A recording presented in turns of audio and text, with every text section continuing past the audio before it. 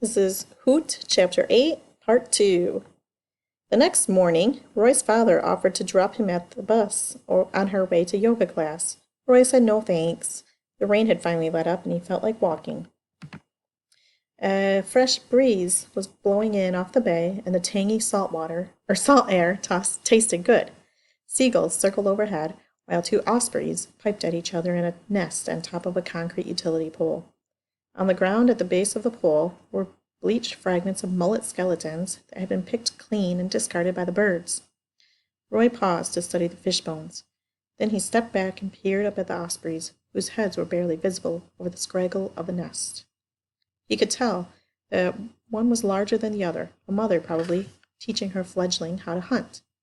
In Montana, ospreys lived in the cottonwoods all along the big rivers, where they dived on trout and whitefish. Roy had been pleasantly surprised to find that Florida had ospreys too. It was remarkable that the same species of bird was able to thrive in two places so far apart and so completely different. If they can do it, Roy thought, maybe I can too. He hung around, watching the nest for so long that he almost missed the school bus. He had to jog the last block to get there before it pulled away, and he was the last aboard. The other kids grew strangely quiet as Roy made his way down the aisle.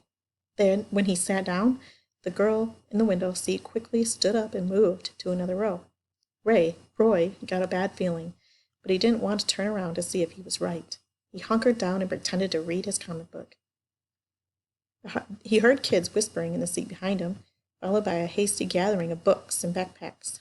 In a flash, they were gone, and Roy sensed a larger presence, skulking. "Hi, Dana," he said, twisting slowly in his seat. "Hey, cowgirl."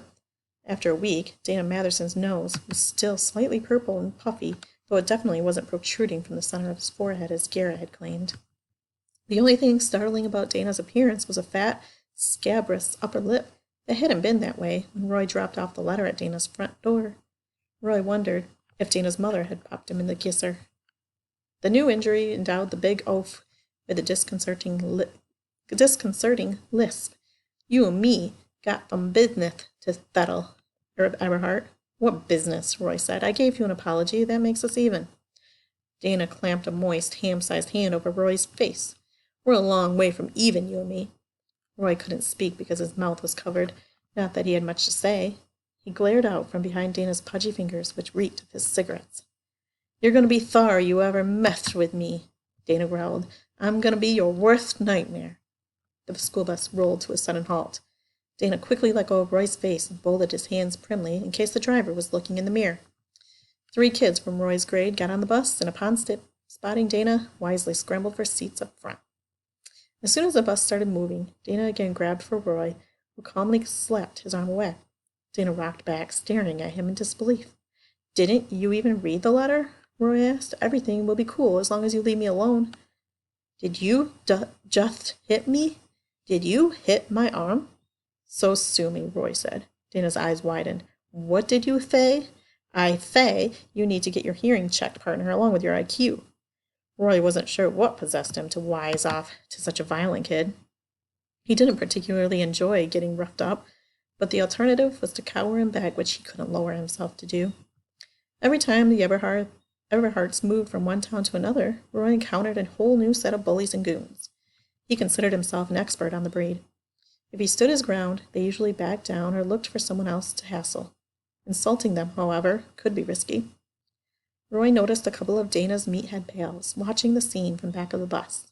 That meant Dana would feel obligated to demonstrate what a tough hombre he was. "Hit me," said Roy. "What?" "Go ahead, get it out of your system."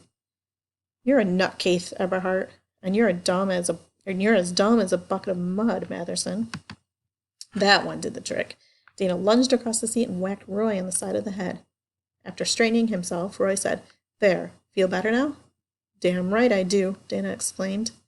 "Good." Roy turned around and opened his comic book. Dana smacked him again. Roy toppled sideways on the seat.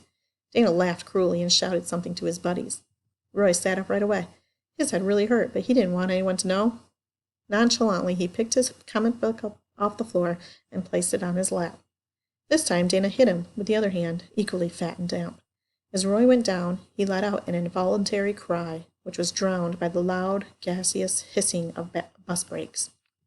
For one hopeful moment, Roy thought the driver had seen what was happening and was pulling off the road to intervene. Unfortunately, that wasn't the case. The driver was as oblivious as Dana's bad behavior as ever. The school bus had merely arrived at the next stop. While another line of kids boarded, Dana composed himself as he were a model citizen.